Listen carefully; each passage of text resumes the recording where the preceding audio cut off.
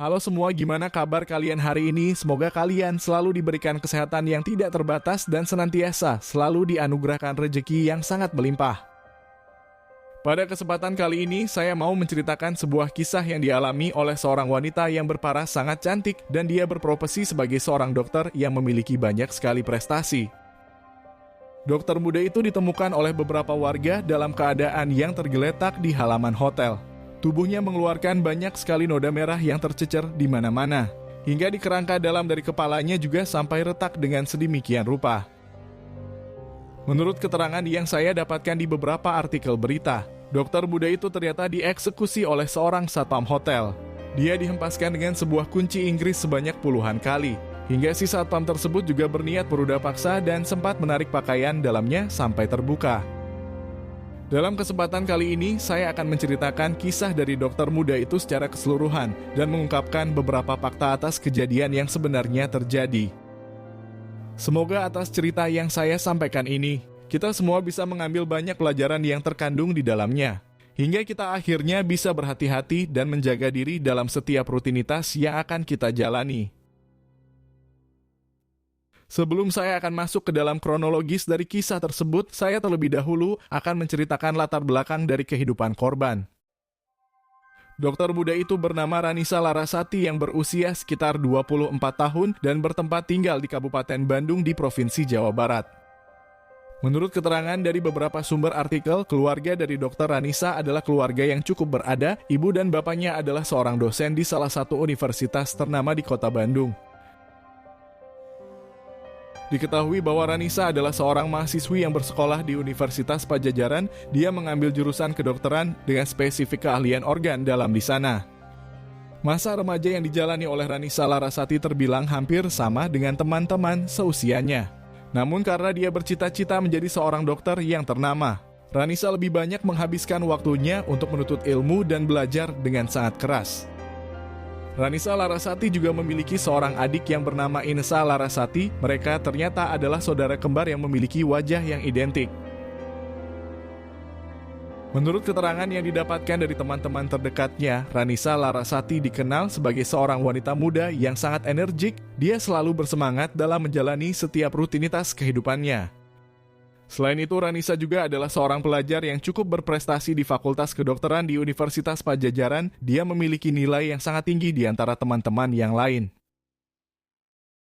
Beberapa dosen di Universitas Padjadjaran juga mengakui bahwa Ranisa memiliki potensi yang cukup besar di dunia kedokteran. Dia salah satu murid yang sangat cepat dalam memahami setiap pelajaran yang diberikan. Sebagai seorang mahasiswa di bidang kedokteran, Ranisa Larasati juga sering mengikuti banyak seminar yang berada di luar kota. Dia juga harus menjalani serangkaian ujian sertifikasi keahlian untuk mendukung keilmuannya. Hingga tragedi yang menimpanya juga terkait dengan aktivitas keilmuannya itu. Dia harus mengalami sebuah peristiwa yang sangat mencekam saat sedang mengikuti sebuah seminar sertifikasi keahlian di wilayah Jakarta Barat.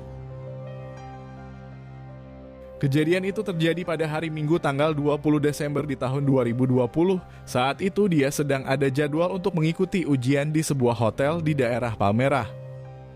Saat itu Ranisa Larasati kemudian menuju ke hotel itu sekitar jam 5 subuh dan dia sudah berada di parkiran hotel sekitar jam setengah 7 pagi. Saat sedang memarkirkan kendaraannya di sana, Ranisa kemudian dipanggil oleh seorang satpam yang sedang bertugas. Dia kemudian ditanya mengenai keperluan apa sampai datang ke hotel sepagi itu. Ranisa selanjutnya menjawab dan dia mengatakan bahwa hendak menjalani ujian sertifikasi yang dijadwalkan jam 8 pagi. Selain itu, karena Ranisa Larasati juga tidak mengetahui di mana ruangan tempat ujiannya, dia kemudian sekalian menanyakan hal itu kepada si satpam. Satpam itu kemudian memberitahukan ruangan itu berada di lantai bawah dan si satpam itu berinisiatif untuk mengantarkannya ke sana. Hingga setelah sampai di ruangan tersebut, Ranisa Larasati ternyata mendapati bahwa ruangan ujian itu masih sangat kosong dan dia menyadari bahwa dirinya terlalu pagi untuk datang ke hotel ini. Saat itu Ranisa kemudian mengambil sebuah buku yang berada di dalam tasnya dan si satpam juga sudah meninggalkannya dalam keadaan sendiri. Ranisa sama sekali tidak merasakan kecurigaan dengan ruangan ujian itu. Dia masih tetap fokus dengan buku yang berada di tangan kirinya. Hingga sekitar beberapa menit berikutnya, Satpam yang tadi mengantarnya kemudian mendatanginya kembali. Si satpam itu menjelaskan bahwa Ranisa Rasati harus menjalani pemeriksaan terkait tes corona. Namun seketika itu Ranisa langsung menolak karena sudah menjalani tes itu di beberapa hari yang lalu. Akan tetapi karena si satpam beralasan bahwa dia harus bertindak tegas karena sudah menyangkut prosedur hotel, Ranisa akhirnya menyetujui itu dan dia kemudian mengikuti si satpam untuk melakukan pemeriksaan.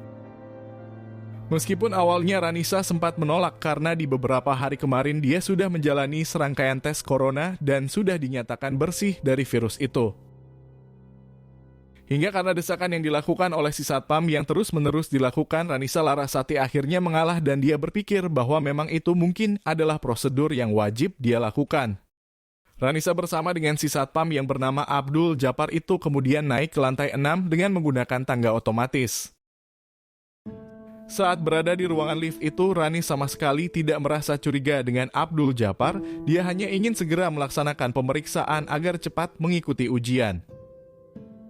Setelah sampai di lantai 6 dari gedung hotel itu, Ranisa Larasati seketika langsung terkejut karena di sana sama sekali tidak terdapat ruangan dan terlihat seperti sebuah rooftop yang memiliki halaman yang cukup luas. Ranisa kemudian bertanya kepada Abdul Japar mengenai persoalan itu. Dia merasa curiga bahwa pemeriksaan di tempat seperti ini. Namun dengan nada yang tegas, Abdul Japar selanjutnya menjelaskan bahwa konsep dari ruangan di lantai 6 memang dikondisikan seperti ini dan Abdul Japar meminta Ranisa untuk menunggunya di sini. Dokter Ranisa tidak merasakan kecurigaan dengan setiap kejanggalan dari satpam itu. Dia kemudian berjalan berkelilingi di lantai 6 yang memiliki ruangan yang cukup terbuka. Hingga sekitar beberapa menit berikutnya, Ranisa yang sedang berdiri di salah satu tembok kemudian dikejutkan dengan sebuah penyerangan yang dilakukan terhadapnya. Saat itu Ranisa langsung merasakan rasa sakit yang amat menyakitkan dan dia juga sampai kehilangan setengah dari kesadarannya.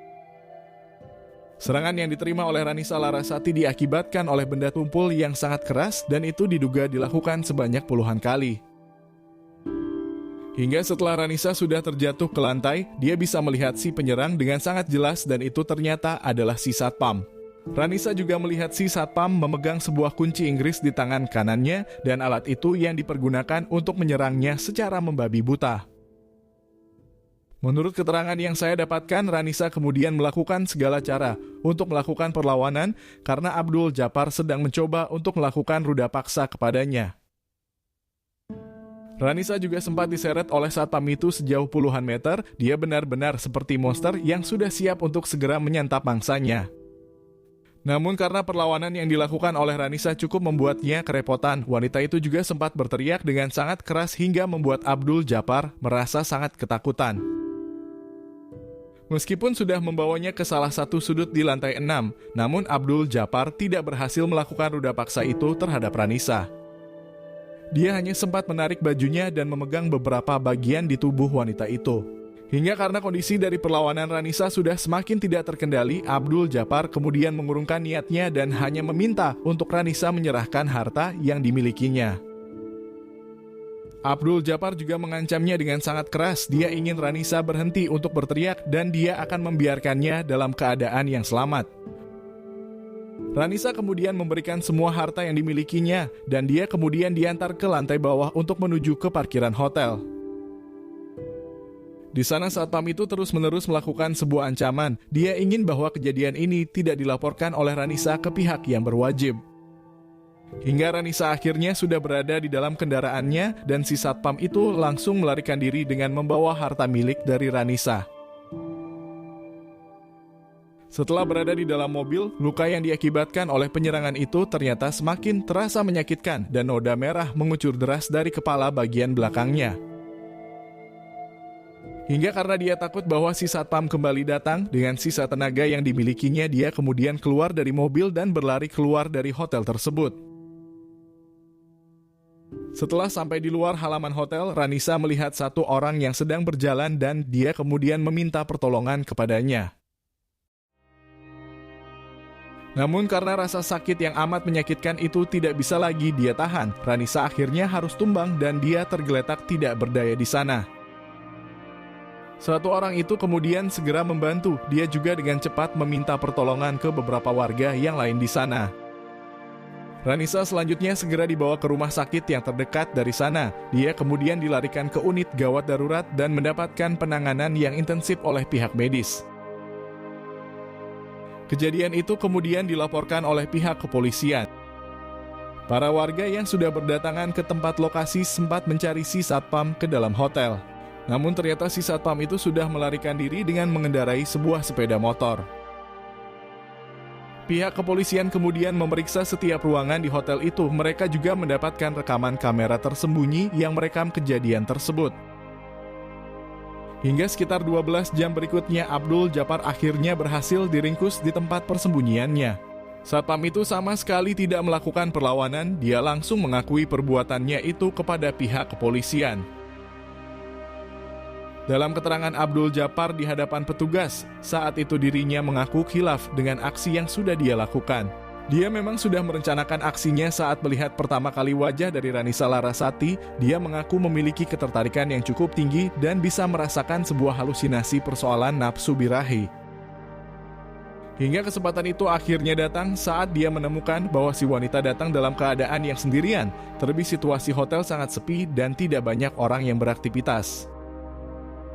Karena hal itulah yang membuat Abdul Djapar akhirnya memberanikan diri. Namun usahanya gagal karena Ranisa melakukan perlawanan yang cukup sengit saat hendak diruda paksa. Namun Abdul Djapar mengakui bahwa dia tidak tega jika harus menghilangkan hidup dari Ranisa. Dia kemudian membiarkan si wanita itu pergi dan memberi ancaman bahwa jangan melaporkan atas perbuatan yang sudah dirinya lakukan. Namun ternyata atas tindakan konyol dari satpam tersebut, dia akhirnya harus menjalani serangkaian tuntutan hukum atas aksi yang sudah terjadi. Permasalahan tidak bisa mengontrol diri pada sebuah nafsu birahi membuat hidup dari Abdul Djapar akhirnya harus mendekam di dalam jeruji besi. Menurut keterangan yang saya dapatkan, Abdul Djapar akhirnya divonis hukuman selama 15 tahun kurungan penjara. Dan dia juga harus menerima konsekuensi kehilangan pekerjaan hingga kehidupannya yang terbilang nyaman menjadi seorang petugas keamanan. Harus berakhir begitu saja karena kecerobohannya sendiri. Sementara itu kondisi yang dialami oleh Ranisa Larasati semakin membaik setelah mendapat perawatan secara intensif oleh petugas medis. Nyawanya akhirnya bisa diselamatkan. Namun karena luka yang cukup parah yang berada di kerangka kepalanya, Ranisa Larasati harus menginap lebih lama di rumah sakit untuk penanganan yang lebih serius. Akan tetapi hal itu tidak sampai berdampak ke bagian otaknya dan keretakan itu hanya bersifat sementara di tulangnya. Semoga atas kejadian yang menimpa Ranisa Larasati kita bisa mengambil banyak sekali pelajaran. Terlebih jika kita sedang mendatangi tempat yang baru pertama kali. Sebaiknya kita harus lebih berhati-hati jika bertemu orang yang cukup mencurigakan. Karena tanpa kita sadari, bisa saja dia memiliki niat atau rencana yang buruk kepada kita. Terima kasih sudah menonton video ini sampai habis. Berikan dukungan kepada channel ini dengan menekan tombol suka dan tuliskan pendapat kamu di kolom komentar di bawah ini.